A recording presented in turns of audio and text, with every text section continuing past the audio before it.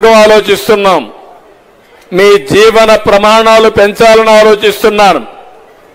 ఎప్పుడు కూడా ఆదాయం తగ్గి ఖర్చులు పెరిగితే చాలిన ఆదాయంతో మీ జీవితాలు అతలాకుతలం అయిపోతాయి. అట్లా కాకుండా వీలైనంత వరకు ఖర్చులు తగ్గించి వీలైనంత వరకు ఆదాయం పెంచితే ప్రతి ఒక్క కుటుంబానికి 10 రూపాయలు మిగులుతాయి. తద్వారా మీరు మీ పిల్లలు ఆనందంగా ఉండే పరిస్థితి వస్తుంది. దానికి శ్రీకారం చుడతామని చెప్పి కూడా నేను మీకు తెలియజేస్తున్నా. ఇంకో పక్కన మీ ఆరోగ్యం బాగుండాలంటే తొందరలో ఆలోచిస్తున్నా. ఒకప్పుడు హ్యాపీ సండే పెట్టాను నేను. అంటే ఆదివారం ఎవ్వరూ పని చేయక్కర్లేదు. రోడ్డు మీదకి వచ్చి మీకు నచ్చిన పని చేసే విధంగా 10 మంది కలిసి ఆడుకుంటే మీ ఆరోగ్యం బాగుపడుతుంది. 24 గంటలు ఆలోచించి మీ మైండ్ ఖరాబ్ అయిపోయి లేనిపోని సమస్యలు వస్తున్నాయి. అందుకే ప్రతి ఆదివారం హ్యాపీ సండే కింద పెట్టడం. గ్రామాల్లో కూడా చేయాల్సిన అవసరం ఉంది. ఇంట్లోనే కూర్చుంటే బోరు కొడుతుంది. మంచి సిమెంట్ రోడ్లు వేసాం.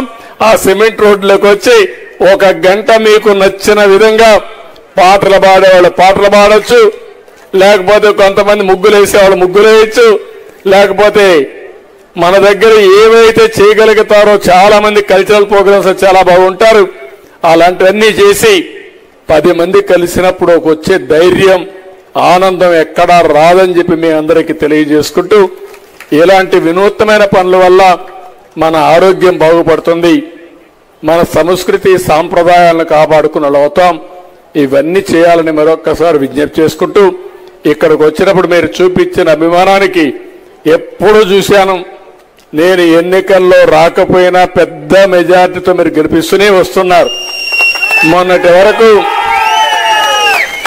8వ ఎన్నిక మొన్న అంటే ఈ 5 ఏళ్ళు అయితే 40 సంవత్సరాలుగా ఎమ్మెల్యేగా మీరు ఎంపిక చేసుకున్నారంటే అదొక చరిత్ర.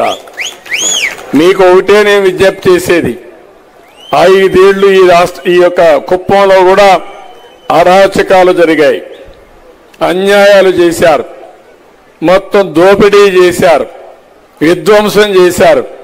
నేను ఇప్పుడు ఒకటే వార్నింగ్ ఇస్తున్నా, మన నియోజకవర్గంలో ఎవరైనా తోక తిప్పితే తోక కట్ చేస్తా.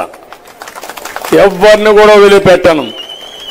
ప్రశాంతతకు మారు పేరు కుప్పం నియోజకవర్గం, అభివృద్ధికి మారు పేరుగా తయారు కావాలి, భారతదేశానికి ఒక ఆదర్శంగా తయారు కావాలి. అలాంటి మంచి కార్యక్రమాలు చేయడానికి మేము సిద్ధంగా ఉన్నప్పుడు మీకు చేతనైతే సహకరించండి, లేకుంటే ఇంట్లో పడుకోండి. కానీ మేము యజ్ఞమారిగా చేస్తామంటే రాక్షసుల మారిగా వచ్చి అడ్డుపడాలంటే మాత్రం తాట తీస్తాం తప్ప వదిలిపెట్టమని కూడా హెచ్చరిస్తున్నా. మీరు కూడా మంచి చెడుల్ని విశ్లేషణ చేయండి, మంచిని ఆలోచించండి, మంచిని ప్రోత్సహించండి. ఆ మంచి మిమ్మల్ని కాపాడుతుంది. అట్లా కాకుండా చెడు వ్యక్తులకు సహకరించి మనకు అన్యాయం జరిగిన తర్వాత, మన భూమి కబ్జా చేసిన తర్వాత నా భూమి పోయిందని ఊరూరు తిరిగితే జరిగిన నష్టం చాలా కష్టం అవుతుంది. మళ్ళీ కరెక్ట్ చేయాలంటే ఇప్పటికే చేశారు కాబట్టి ఇబ్బందులు